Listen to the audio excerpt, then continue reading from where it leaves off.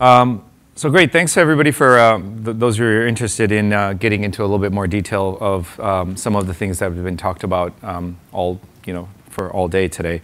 So Paul touched a little bit on what we've been doing about the web itself, and Rob, of course, had a super session on this. This is actually an effort that we've been working on here at Qualcomm for over 2 years. So this isn't something brand new. This isn't something that we woke up and said, hey, the web is really important for mobile devices. Matter of fact, if anything, both the web as a browsing use case as well as a web app use case are things that we identified many years ago as something that's critical for mobility to actually evolve. So a lot of what we're doing, we're actually contributing back to open source or working with other partners to try to help define common standards. Because at the end of the day, Qualcomm is one of the bigger companies in this ecosystem. I hate to use that word too many times. Benefits the most, or in a large way. So let's just start by talking a little bit about how and why web apps are becoming, and the whole discussion of native and web apps are becoming so important, and especially in the smartphone area. I mean, you don't really hear a lot of companies, have a comment about the fact of, well, I have a Windows app, or I have a Windows web app through the browser. Which one's going to win? No, you don't actually hear that, right? You have Exchange, Outlook, and you have Gmail. One is a web app, one is typically a native app, but now you can get that other one through a web app as well. It's really through, the discussion's happening more about mobility, smartphones, even tablets, especially because of this chart, right?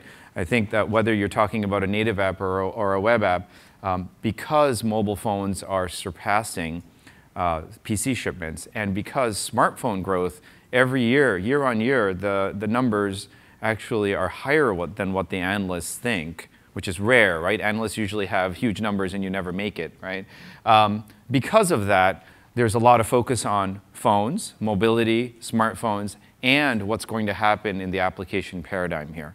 And if there ever was a time to focus on mobile as native apps, quote unquote, as well as web apps, it's now, right? I think that we would probably all agree with that. So this is one of the reasons why we think the topic is very important. One of the, again, independent of native versus web, one of the reasons, or one of the, frankly, I've been at Qualcomm 5 years. One of my first reflections of why Qualcomm is a leader in what it does is really taking that system-level approach of pulling together a lot of things. And that doesn't just start with or end with the wireless modem, or it includes the CPU, the GPU, the multimedia subsystem, and maybe the most important part, the software that utilizes all these bits, right? Now, the main reason I'm showing you this, that if I don't show you a slide that has some kind of hardware on it, I don't get paid. And today was actually payday. So because even though I'm a software guy, I have to show you this. Now we've been through that. But there is a reality that it says software here as one little thing. But really, software is encompassing on all of this, right? And whether it's a native app or a web app, one of the things that we've done pretty well is try to enable all that functionality and really get at it from the software layers. And so this has brought up the biggest question, or the biggest kind of reality in the world, that native apps, yes, we can get at most of these kind of things, right? You have, for example, OpenGL as a way to get to the GPU. You have a device API to get to the DSP, perhaps. But you don't really have that in web apps. So there's been this lack of capabilities as it relates to mobile devices. That's one vector. The other vector has been performance, right?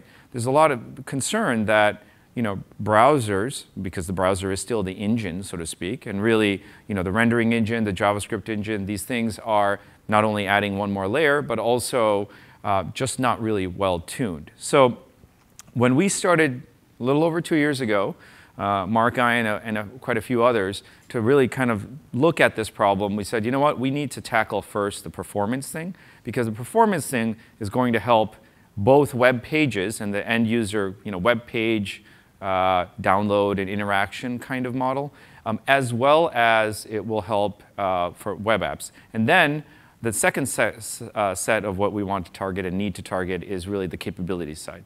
So I want to talk a little bit about and review really where we are and what, touch base a little bit on the things that we've done to around the performance side. So this is a stack that's probably, again, since I'm a software guy, I have to show you something that actually has a block diagram with different layers, right? But you can see, obviously, there's the operating system, the browser itself, key plugins like Adobe's Flash Player, as well as, of course, then web pages and web apps that utilize this.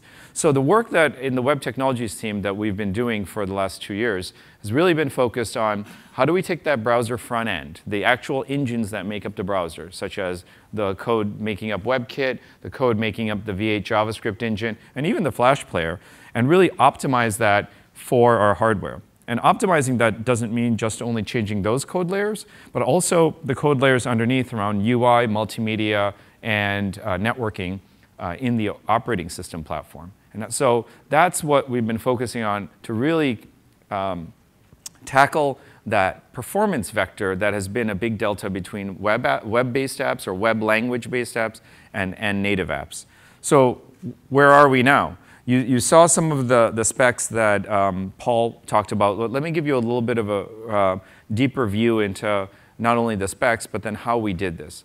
A good example of this is, page download, right? So if you can't get a web page or a web app quickly to your device, you're probably not going to even source it for the first time. And so whether it's page download or page reload, this is actually a very important metric in performance.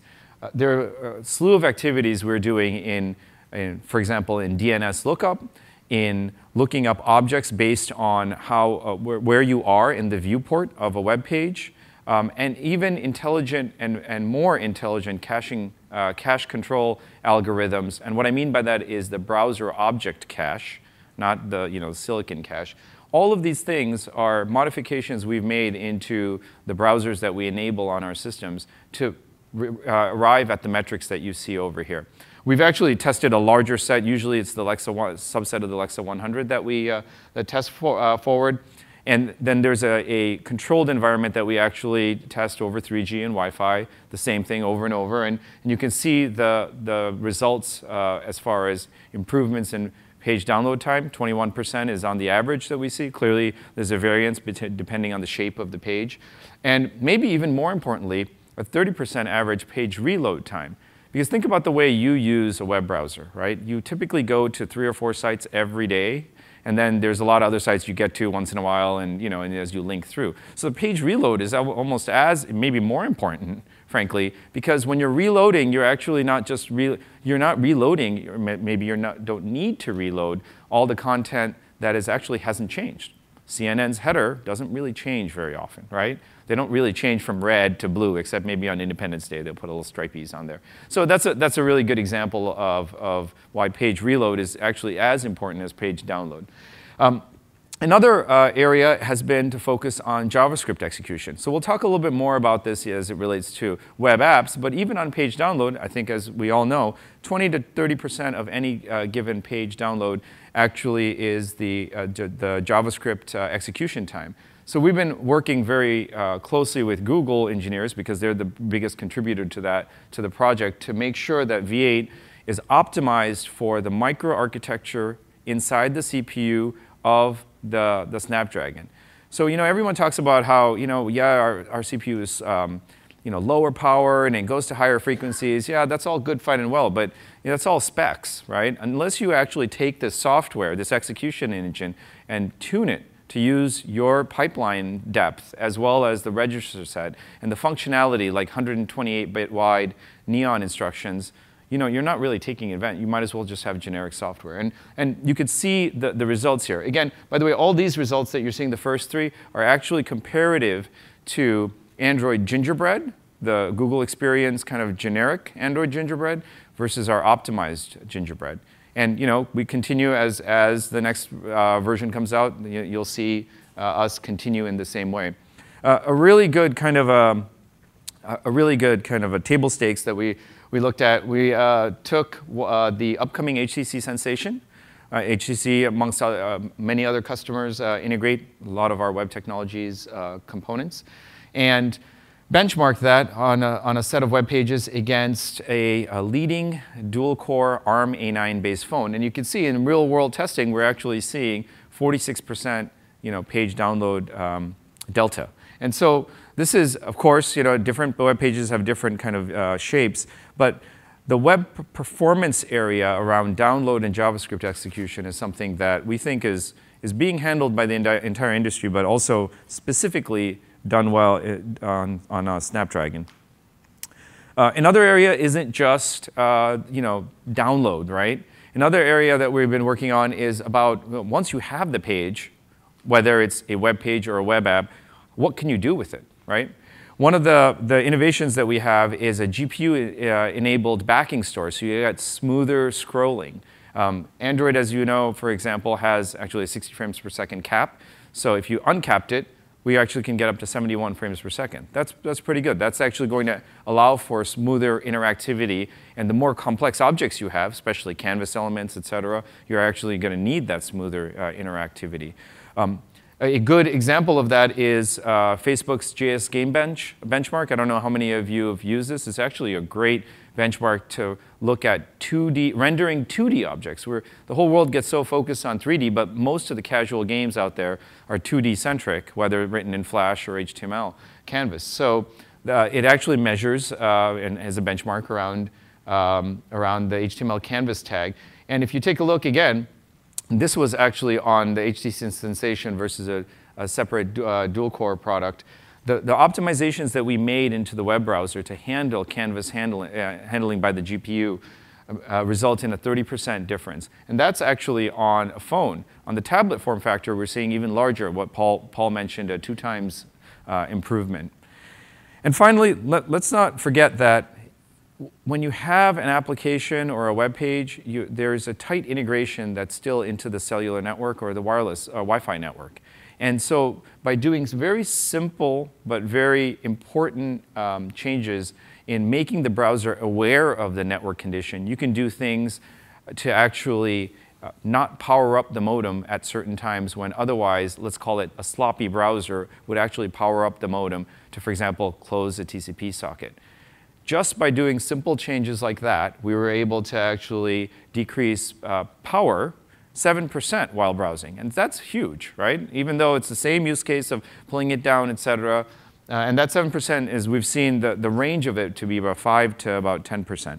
So in any case, in summary, the performance optimizations that people talk about why you can't have a web app, why you need to have a native app, a lot of the work that the industry is doing, definitely the work that our web technologies team is doing specific to Snapdragon, all that is actually no longer the real bottleneck. And you'd be hard-pressed in many applications to even see and know that this is a web-based app versus or written in the language of the web versus native. When I say native, of course, it can be Dalvik is not really native. CLR is not really native either, as a good example.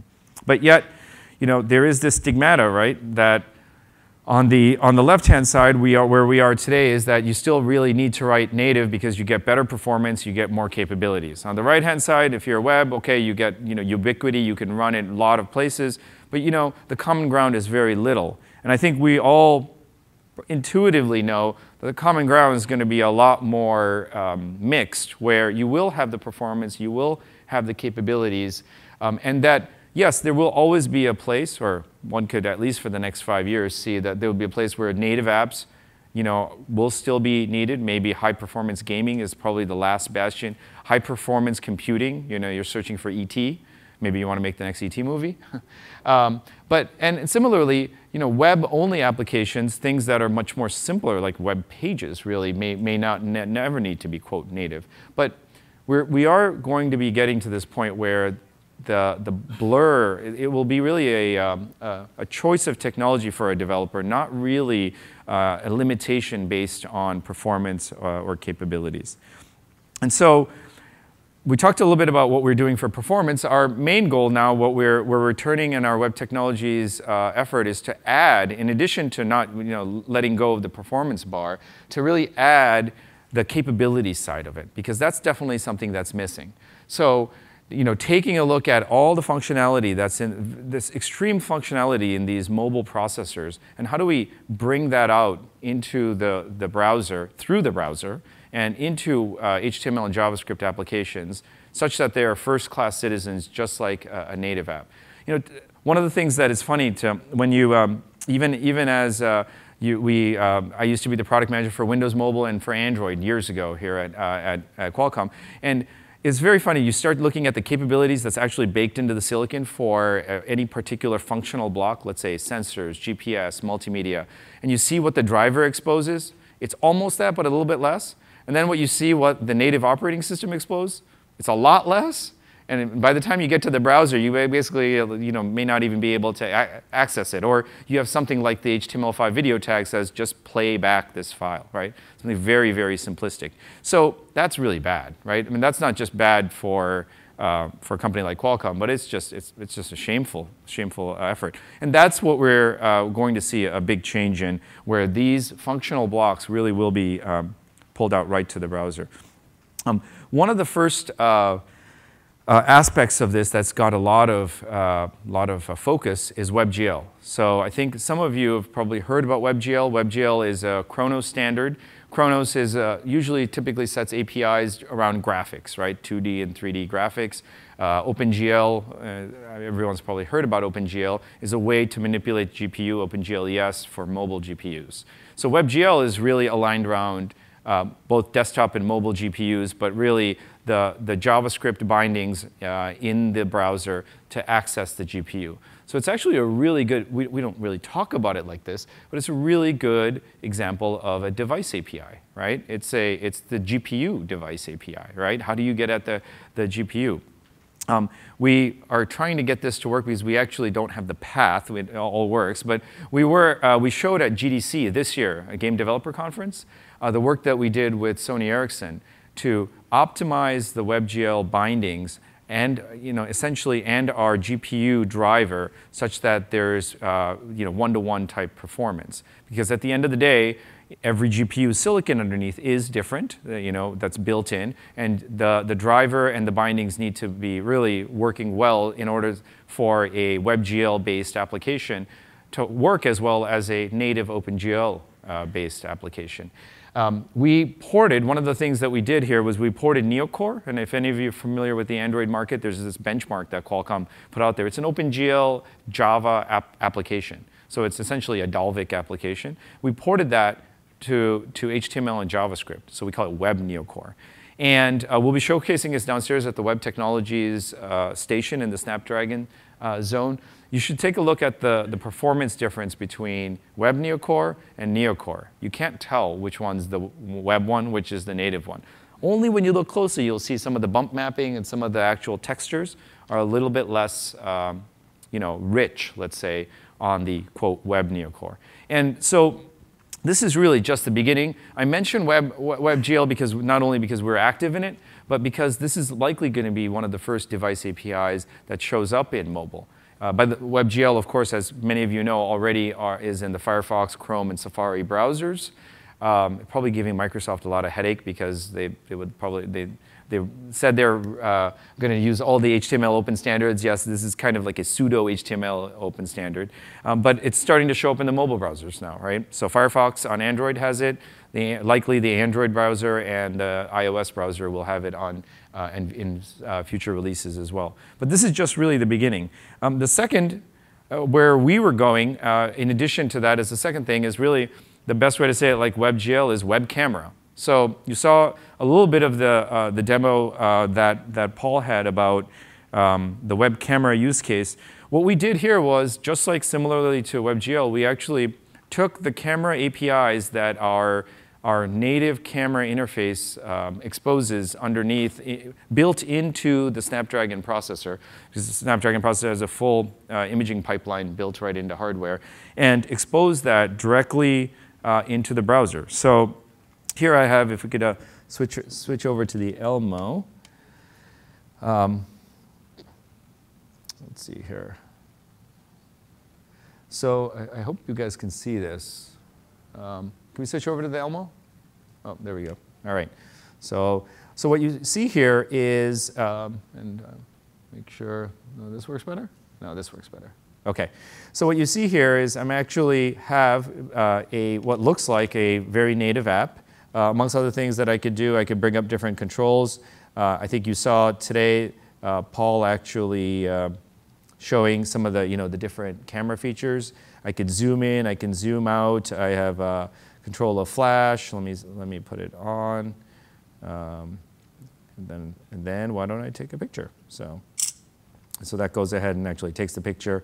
I have an image carousel here. Well, there's only a couple of shots there.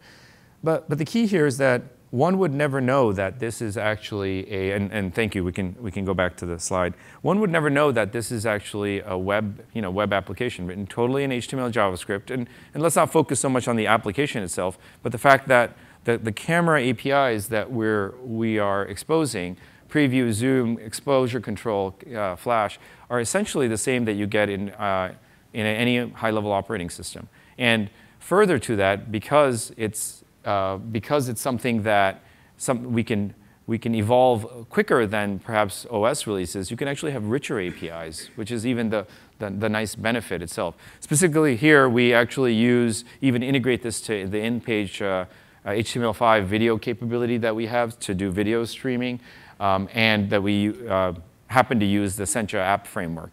But whether you're using jQuery, Sencha, or any other app framework, that's really only goodness on top of having the core functionality. So do we think that there will be folks that write camera apps this way, full camera apps? The answer is probably yes at some point. Do we think that there are folks that are going to take native apps and start adding WebView, use the browser component to actually access this? That could be a way too. HTML, and then finally HTML pages, right? The scenario of the classifieds, where you have an HTML page and now you can actually add take a picture or camera control. That's definitely another major use case. So camera is the next area that we prototyped and we actually plan to bring to market. So let's back up here for just a second and talk a little bit more about our kind of our roadmap and our plans.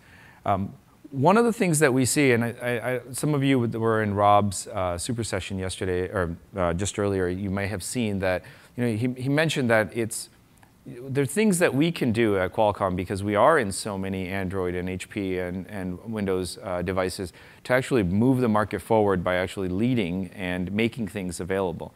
So our goals and objectives around web apps are really to make sure that many of these APIs are available, but to do so in a way that it's dynamic, that you could actually deploy this functionality.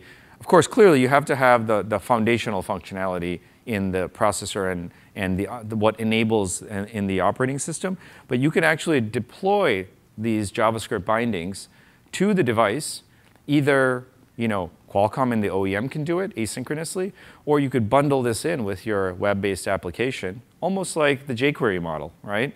Where you have web page downloads and actually pulls together different, quote, libraries, right? But you could actually do that in that way as well. Now, we don't want to be necessarily, out on a limb where we're defining, device APIs that nobody else uses. So if there are, as you know, there are some device APIs that are already proposed, whether it's in some of the W3C working groups, such as geolocation, such as geolocation 2, as well as in the WAC, right? That there is device APIs. WAC is a lot more than device APIs, but there are APIs that have been proposed there. So many of those are very relevant for exactly what we're doing, and so we'll adopt them. But at the same time, we're not going to necessarily just limit ourselves, because we know that the types of processors that we're bringing to market, the functional blocks on them are representative of our competition. We just are usually a little bit ahead. Good news for now, right? And so the device API, instead of fighting out about the API, the key is get an API out there, get it used by enough people, it becomes the de facto standard, right? That's the way all specs in this day and age are evolving. So we do definitely want to leverage the standards where they're available, but but also make it very, very dynamic and be able to update if needed, if a standard is there afterwards that we haven't approached. So specifically, let's then talk about, well, what are, a little bit under the hood, how are we going to get this done, right?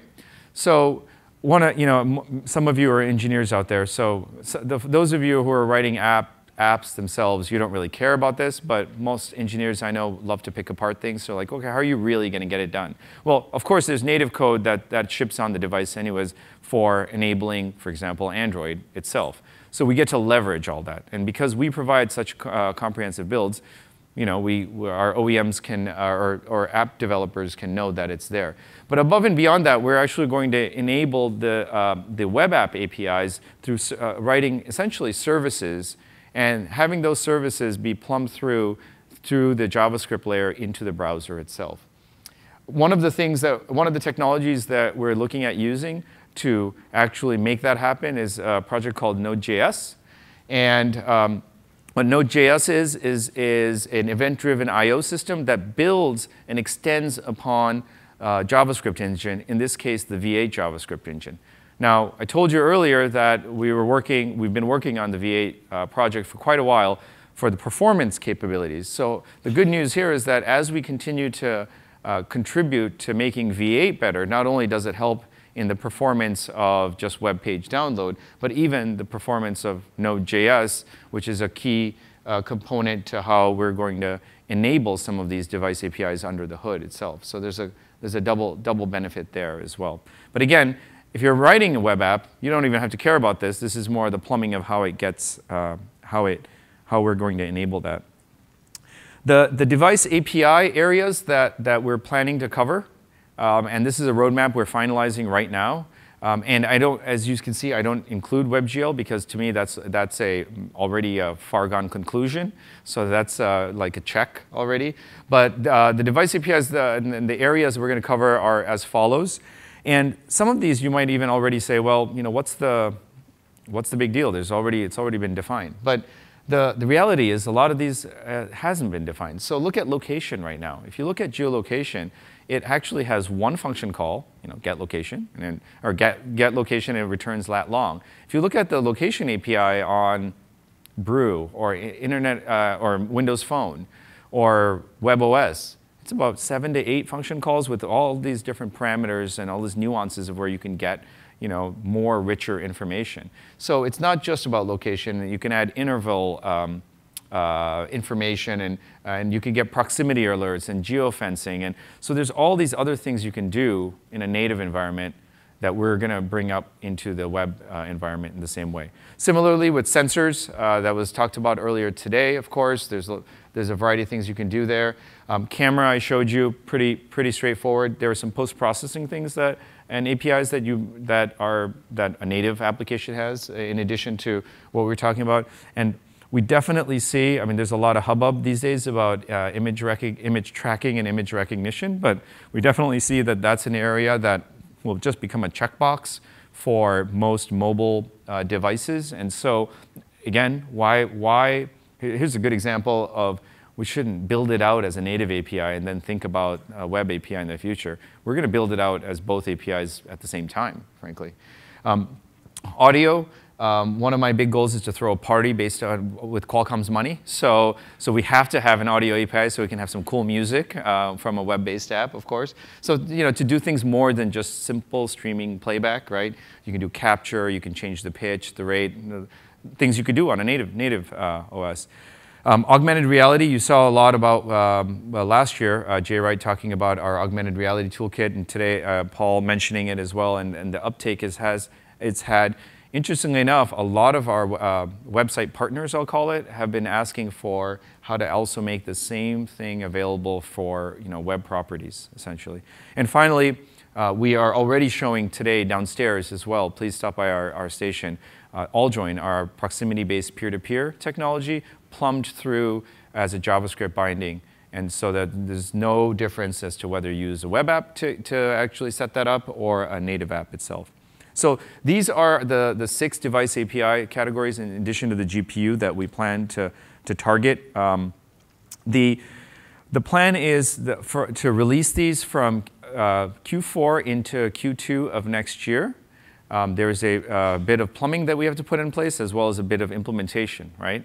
Again, this is all in the section of capabilities, right? The performance side, we believe, is actually checkbox, especially even only getting easier as every generation of mobile processor comes out.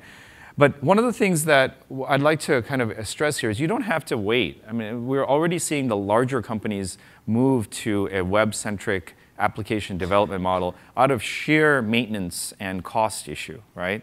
And you don't have to wait till Qualcomm and others make some of these technologies available. You could start with just the WebView model, right? The browser as a shell outside of a kind of a native application package. You still have access to some APIs as well as WebSockets, right? And so that's a good place to get started. We will be releasing what we're calling device packs later this year for the different component sets as we talked about.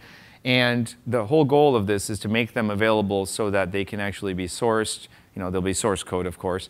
And they can be sourced to either be packaged with a web application, with your web application, or your website, or just like the jQuery model, can actually be pulled dynamically from a Qualcomm server, so you can get the latest and greatest at runtime itself. So we're going to follow a lot of the things that make the web work, the wired web work really well, even for PCs.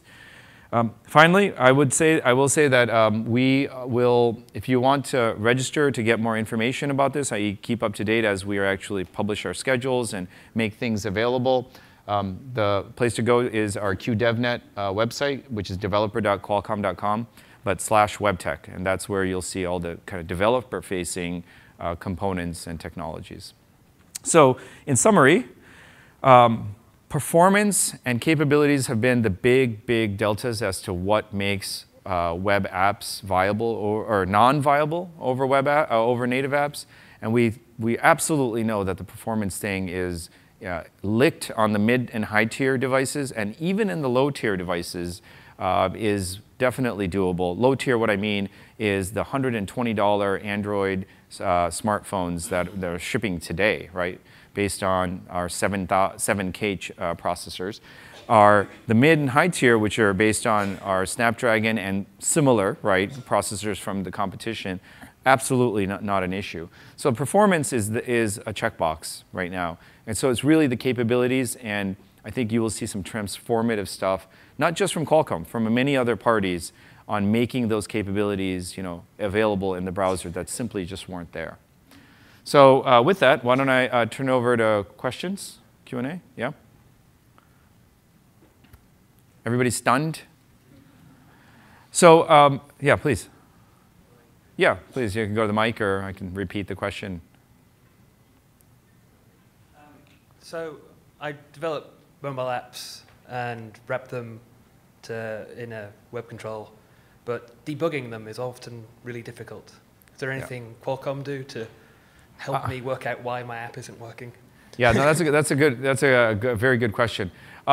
There's nothing specifically that we're doing around HTML or JavaScript debuggers. I mean, there's definitely companies like Aptana who are focused in this specific area, and there's other approaches other people have taken, write in Java and then write like with GWT and debug in Java and then port. But I think that over the next few years, you're going to see more companies like Aptana and actually evolve even more powerful JavaScript, essentially, debug environments. There's nothing that we're doing specifically around the tools right now. As part of what we're thinking about, we are thinking about how we make essentially kind of debug monitors in the code, kind of almost like debug versions, so you can have more view into what the underlying system is doing. So more of a runtime focus than a desktop tools focus. But yeah, it's a good question actually. So, yes.